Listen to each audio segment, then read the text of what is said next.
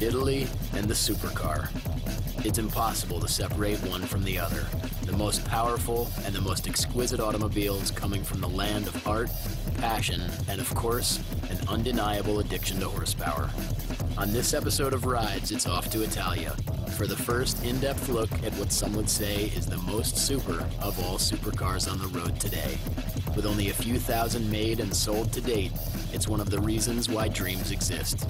It's the Italian machine that has set the standard for a very select group, and it's being made before our very eyes. This is Rides.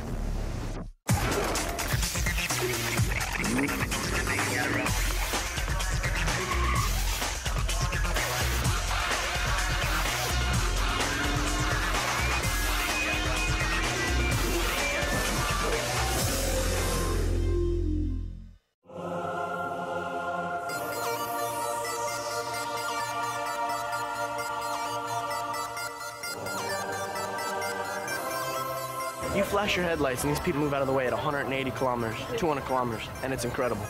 Start the engine and just feel it rumbling and it just growls at you. I see a lot of testosterone. You don't have any trunk space, you don't have any cup holders. It's, literally like engine and a driver. It's like really the beast. It's a beast bred for both beauty and strength. If you don't own one, you've seen them in your rearview mirror, but only for a split second. And even then, you knew it was a Lamborghini.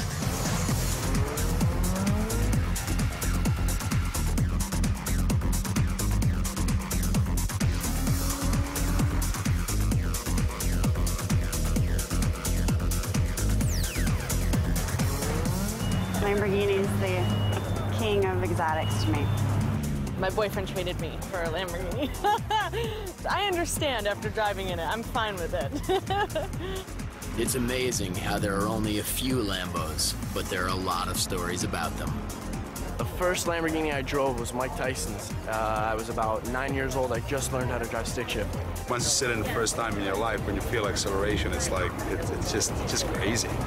These Lamborghinis are in Santa Monica, California, all getting ready for a jaunt called the Running of the Bulls.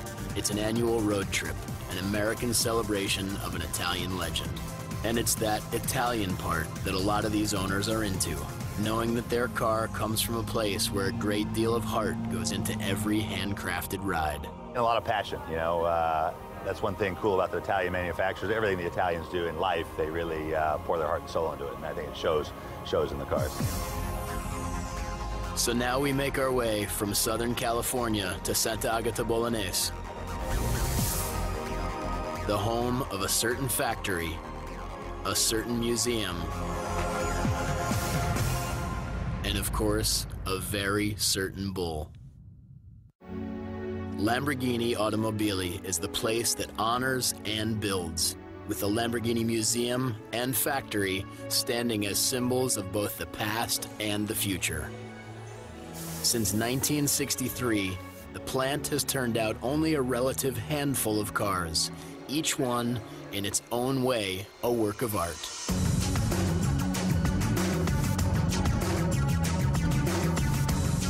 Today, this entire plant is dedicated to one thing: handmade supercars. And the newest big bull in the stable is this car. It's a ride that some call perfection. Others call it by its name, Murcielago.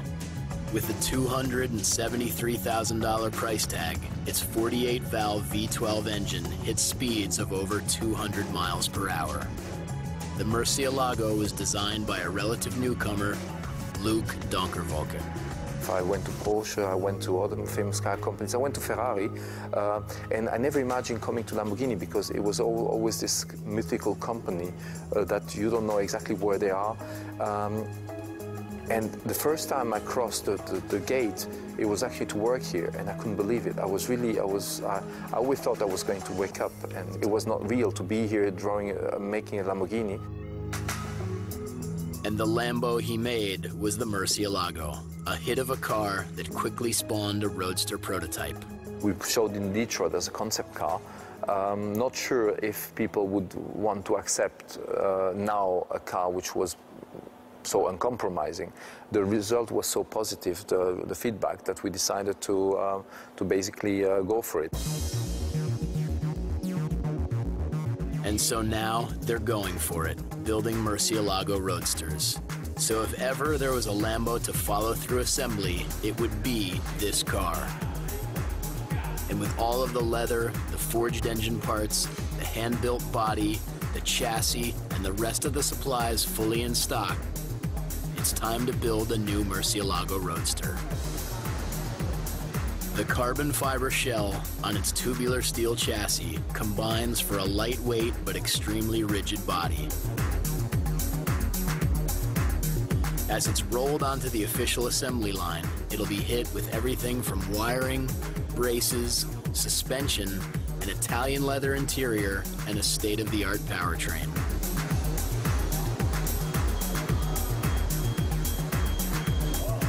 The first stage of the assembly involves hooking it up to a rotisserie.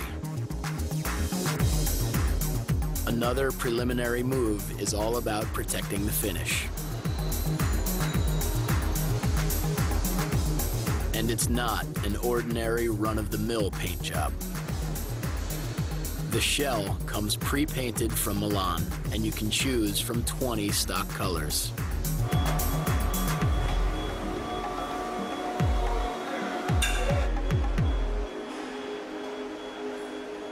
Next, the plumbing begins. Brakes, fuel lines, and any other installation that can only climb on board at this early stage of the build. Other early arrivals include pieces and panels that will work to either deaden the sound or keep some of the heat out of the passenger compartment. Because with the car being a mid-engine model, that thing inches from your back will be a hot and heavy V12. Like a Formula One racer, the underside of the Lambo is built for aerodynamics. This is because at high speeds, the airflow underneath the car can actually cause lift. Not a problem when you're cruising the freeway at 65 miles per hour, but it's a big problem when you hit the German Autobahn doing 180.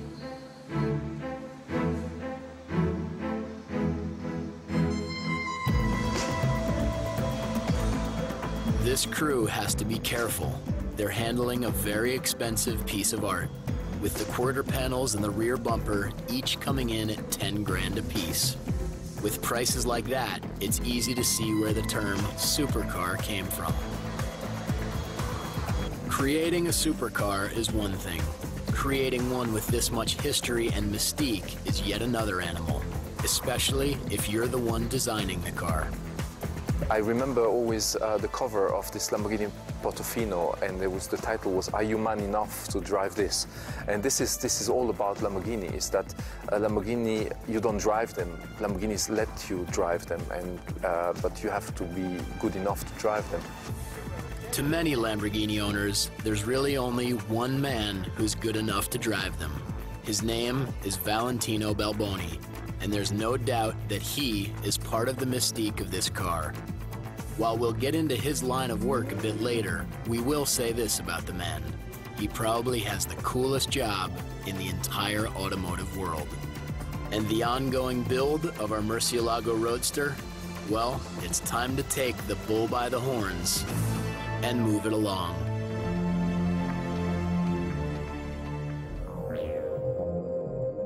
Back with the running of the bulls in Southern California, this pack of Lamborghini owners gets ready for their group trip up the coast.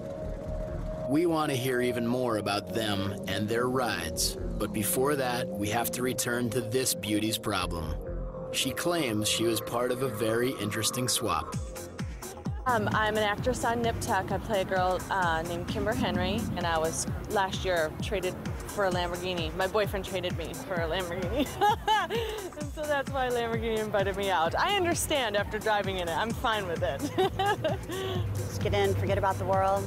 No cell phones, no pagers. Just get in and enjoy life. Just feel the road and be one with the car. And I like to go a lot faster than he does, so we have to kind of meet in the middle somewhere on that. They look so cool, you might forget how fast they are. Begging the question, how fast have you gone in your Lamborghini?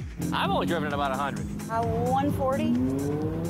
Yeah, So you probably didn't know that. No, I didn't. That's a new one for me. I didn't know.